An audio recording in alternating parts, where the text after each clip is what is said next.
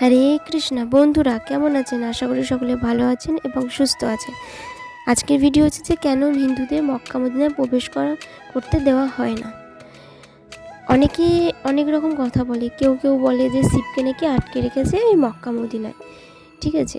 এরকম অনেকে অনেক রকম কথা বলে। তাহলে আজকের ভিডিওতে জেনে নেওয়া যাক যে কেন সেখানে প্রবেশ নিষেধ। তার আগে যারা শ্রীরামের ভক্ত হয়ে আছেন তারা কমেন্ট বক্সে জয় শ্রীরাম লিখতে কেউ ভুলবেন না। ভিডিওটি এবার শুরু করা যাক।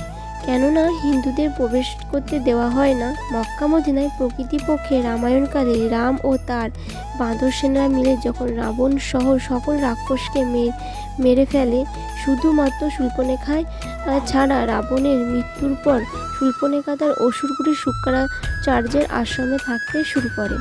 আর রাক্ষস বংশধর যাতে শেষ না হয়ে যায় তার জন্য শুক্রাচার্য মহাদেবের আরাধনা করে এবং মহাদেব প্রসন্ন হয় এবং স্বরূপ শিবলিঙ্গ দিয়ে বলেন, যেদিন কোনো সিন্ধু এই শিবলিঙ্গের ওপর গঙ্গা জল ঢেলে দেবে সেদিন সকল রাক্ষসের বিনাশ ঘটবে। শুক্রাচার্য এই ভয়ে দূরে রেগিস্থানে স্থাপন করে, যা আজ মক্কা মদিনায় স্থাপিত রয়েছে।